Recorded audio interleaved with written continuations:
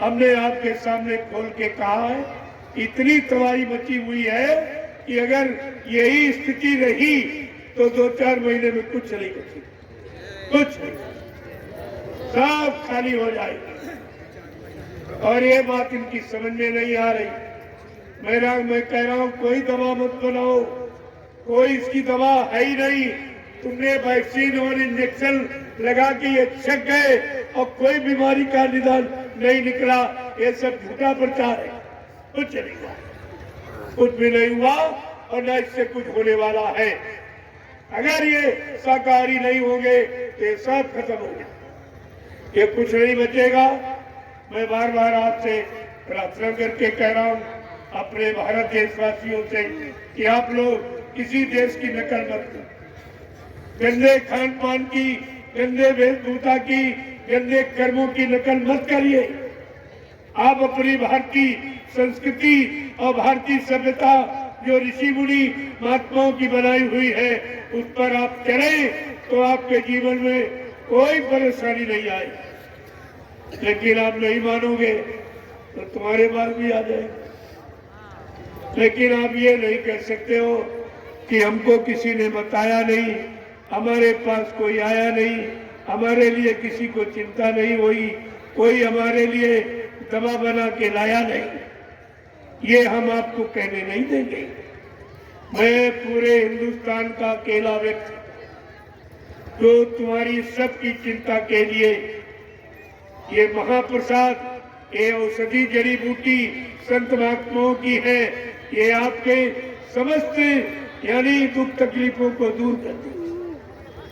ये ऐसी है। आप केवल 2 काम कर लो। एक तो आप शाकाहारी हो जाओ और आप भजन करने लगो। भजन में 1 पैसा नहीं खर्च। पूजा में तो बहुत खर्चा है और बहुत खर्चा आपने किया। लाखों बीघे जमीन मंदिर मस्जिद गिरजाघर गुरुद्वारों में घेर ली गई, लेकिन धर्म आया? धर्म कहीं दिखाई दे रहा? अरे जमीन घेरने से धर्म आएगा या इमारत बनाने से धर्म आएगा?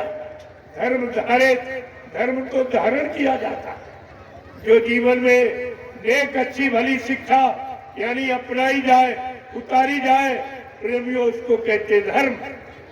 धर्म तो ये वो आपने किया नहीं है तो कितनी परेशानी आ गई है।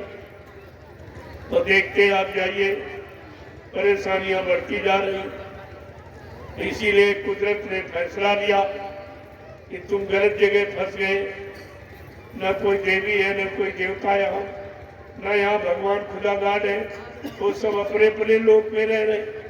ब्रह्मा जी ब्रह्मलोक में बैठे हैं, विष्णु भगवान विष्णुलोक में बैठे हैं, शिव जी शिवलोक में बैठे हैं, राम जी साकेत लोक में बैठे, कृष्ण जी गोलोक में बैठे, देवी देवता देवलोक में बैठे और आप मृतलोक में बैठे हो।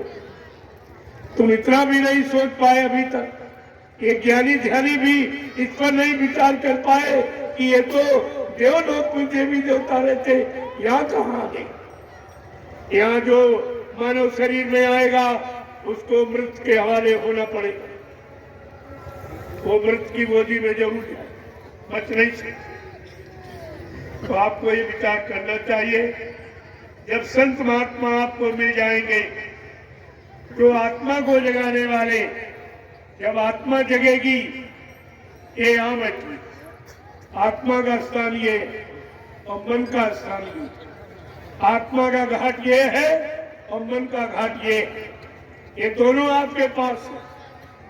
अगर आत्मा के घाट पर बैठकर भजन आप करने लगो तो आत्मा जाग जाए और इस शरीर से निकलकर देवलोक में पहुंचे जहाँ देवी देवताओं का दर्शन करेगी। इसके बाद ऊपर पहुंचेगी ब्रह्मलोक में, ब्रह्मा जी का दर्शन करेगी। उसके ऊपर जाएगी विष्णु लोक में, विष्णु भगवान का दर्शन करेगी। उसके ऊपर जाएगी शिवलोक में तो शंकर भगवान का दर्शन करेगी।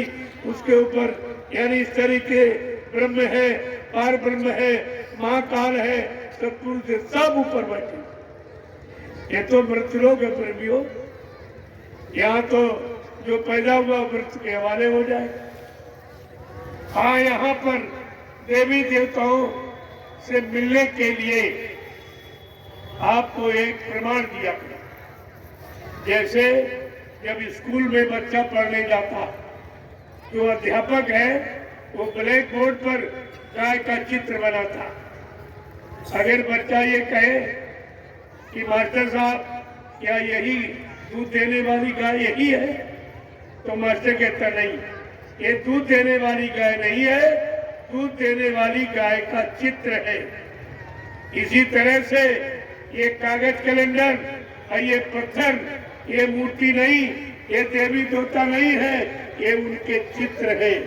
अगर तुमको साक्षात दर्शन करना है तो किसी संत महात्मा की तलाश करो, वो तुम्हारी जीवात्मा जगाने की युक्ति दे देंगे और जीवात्मा जगेगी और इस मनुष्य शरीर से निकलकर जब ऊपर जाएगी तो देवलोक में पहुंचेगी। वहाँ 33 करोड़ देवी देवता आज भी बैठे, वो कहीं मर नहीं गए, आज भी बैठे, लेकिन यहाँ नहीं।